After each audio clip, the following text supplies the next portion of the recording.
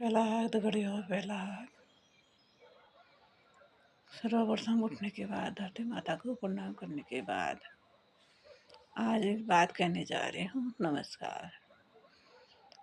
अधिकतर परिवारों में, मेरा हो या आप लोगों का, अधिकतर परिवारों में हमारे जो पहले के परिवार हैं वो बड़े ही होते हैं। फिर आजकल तो सिर्फ 2 या 1 होता है जिसकी हर बात मानी जाती है, समर्पण किया जाता है ना। लेकिन पहले के जो परिवार थे वो बड़े होते थे। 5 भाई, 7 भाई, 6-7 बहनें, ऐसे ही परिवार बड़े बड़े ही हुआ करते थे पहले। इसी तरह से हमारा भी बहुत ही बड़ा परिवार है। देखो, हमारे इस बड़े परिवार में ऐसा नहीं है कि मेरे बड़ी नहीं है, ऐसा नहीं है कि मुझसे छोटी नहीं है। हमारे परिवार में मेरे से बड़े भी थे माता पिता, लेकिन तुम लोगों ने उन इतने अच्छे दिव्य माता पिता हमारे थे जिन्होंने अपनी आंखों के सामने अपनी संतानों को मरते हुए भी देखा, मारते हुए भी देखा और संघर्ष करते हुए भी देखा, लेकिन उन्होंने अपना मुंह कभी नहीं खोला, कभी अपनी संतानों के बीच तुलना नहीं की किसी के लिए, है ना।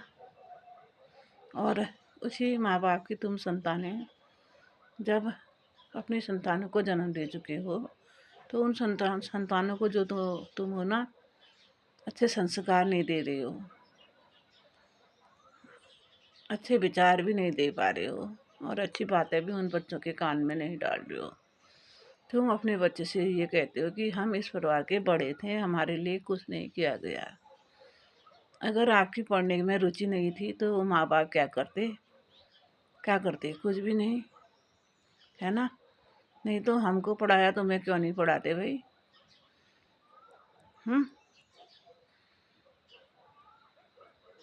बचपन से ही दूसरों के जूठे पत्थर तुमने चाटने शुरू कर दिए। बचपन से ही अपने घर की बातें तुम लोगों ने दूसरों के परिवारों के साथ शेयर करने शुरू कर दिए।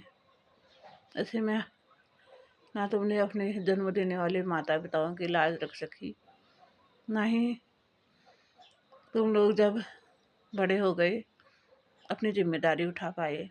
ना तुमने खुद के बच्चे पाले, ना तुमने खुद की मेहनत की, ना तुमने खुद के लिए कोई अच्छा कार्य किया, ना तुम अपनी अंतर आत्मा की गंदगी को सुधारने के लिए कोई अच्छी चीज़ें कर पाए, है ना।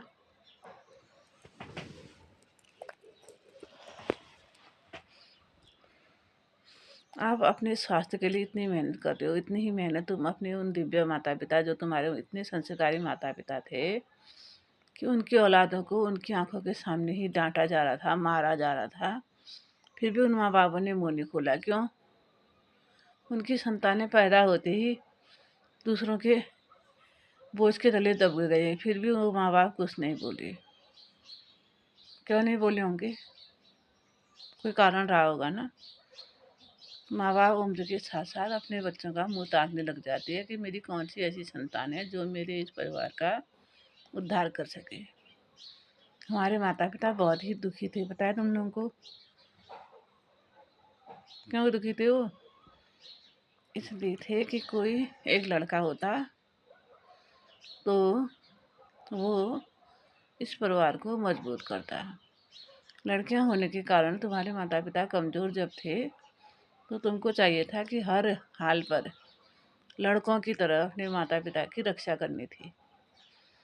बेचारे जब तुम्हारे घरों में आते थे ना खाने के लिए, जिसके घर में आधी रोटी बची थी वो आधी ही दे देते थे, फिर भी मेरी माँ चुपचाप खा लेती थी।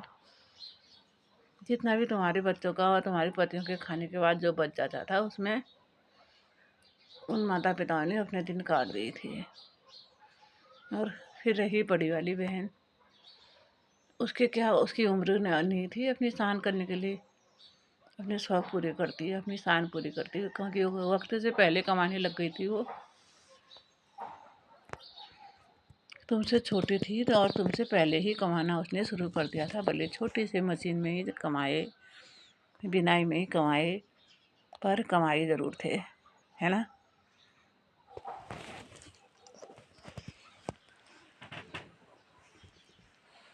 है ना। उस छोटी बहन को देखकर तुमको कोई शिक्षा नहीं मिली। जिस तुम्हारी छोटी बहन ने तुम्हारे बच्चों को पढ़ाया, तुम्हारे बच्चों का सपोर्ट किया, तुम्हारे मकान बनाए, उस बड़ी बहन के लिए तुम लोगों ने क्या किया। और आज जो छोटी बहन अपना पूरा परिवार नहा धो के पत्थर में बैठकर तुम्हारे घर पर बैठकर इतने काम कर रही है, तुम्हारा ज़मीर आज भी नहीं जागा। आज भी तुम ये नहीं सोच रहे हो कि तुम्हारे हकों को दूसरी जगह बाहर नाली में बहाने से अच्छा वो अपने हाथ में पकड़कर तुम लोगों को दे रही है, फिर भी तुमको शर्म नहीं आई। किस बात का घमंड है तुमको? किस बात का घमंड है? सिर्फ बड़े होने का घमंड है। बड़े होने के साथ साथ बड़े इंसानों में बड़प्पन होना बहुत ज़रूरी है। वो है तुम्हारे अंदर? बिल्कुल भी नहीं। शालीनता है तुम्हारे अंदर? बिल्कुल भी नहीं। क्षमादान है तुम्हारे अंदर? नहीं। अपनापन है तुम्हारे अंदर? जिस बहन ने तुम्हारे बच्चे पढ़ाने के लिए, तुम्हारी शादी करने के लिए, तुम्हारे घर बनाने के लिए, तुम्हारे बच्चों की रक्षा और सुरक्षा करने के लिए अपना बचपन लगा दिया तुम पर, अपनी जवानी लगा दी तुम पर, अपने पैसे लगा दिए तुम पर, अपनी गृहस्थी लगा दी तुम पर, तुम तब नहीं पिघले तो क्या जिन लोगों से तुम रात रात भर फ़ोनों पर बात करते हो इधर उधर, क्या वो लोग तुम्हारे घर संभाल दे रहे हैं? तुम्हारे बच्चों के लिए प्रॉपर्टी जोड़ दे रहे हैं वो? जो इसी प्रॉपर्टी को बेच रहे हो, जो तुम्हारे माता पिता छोड़ के गए हैं, उस प्रॉपर्टी के लिए तुमको माचिस के दाने का और सुई के नोक के बराबर भी हिसाब चाहिए। लेकिन कर्म तुमने कुछ नहीं करना है। आज जब इस प्रॉपर्टी का मैंने बंटवारा कर दिया, तुम ओना कोना जाकर देख रहे हो। जिस तरह तुम इस प्रॉपर्टी का कोना कोना चेक कर रहे हो, उसी तरह तुमने अपने फर्ज के कोने कभी चेक किए? कभी अपनी आत्मा में झांका तुमने? जिस प्रॉपर्टी के लिए तुम मरे जा रहे हो, उस प्रॉपर्टी के जो मुख्य हकदार थे तुम्हारे माता पिता, उनकी आत्मा का ख्याल किया तो किया कभी तुमने? कभी नहीं। उस बहन की चिंता है तुमको कि उसको किसी ने कुछ दिया या नहीं दिया, उसके लिए कुछ रखा या नहीं रखा? नहीं। सिर्फ अपनी है तुम्हें, पता है। इतने हरामखोर और इतने कमीने और इतने अपने उच्च स्तर से इतने नीचे स्तर पर हो तुम। कौन कहेगा तुमको बड़ा? कहीं से भी तुम बड़े दिख रहे हो इस कहानी में? कहीं नहीं दिख रहे हो। धन्य है तुम्हारी महिमा, अकरम पार है। वाह वाह वाह। प्रॉपर्टी का कोना कोना देखो और अपना बैंक बैलेंस तो तुम देख रहे हो रोज। कभी अपने कर्मों का जो है बैलेंस, इसको भी देखो। फिर खड़े आओ, मुंह उठाकर बाहर कैसे निकल जाते हो? तुमको शर्म नहीं आती है? छी छी छी छी छी छी छी, धिक्कार हो तुम्हारी जिंदगी पर। ये मत सोचना कि हाँ मिलने को हमको मिल गया है जितना भी मिला, लेकिन ये फलित उसी के लिए होगा जो उन माता पिताओं की याद में कभी दो हाथ जोड़ते होंगे। आई बात समझ में?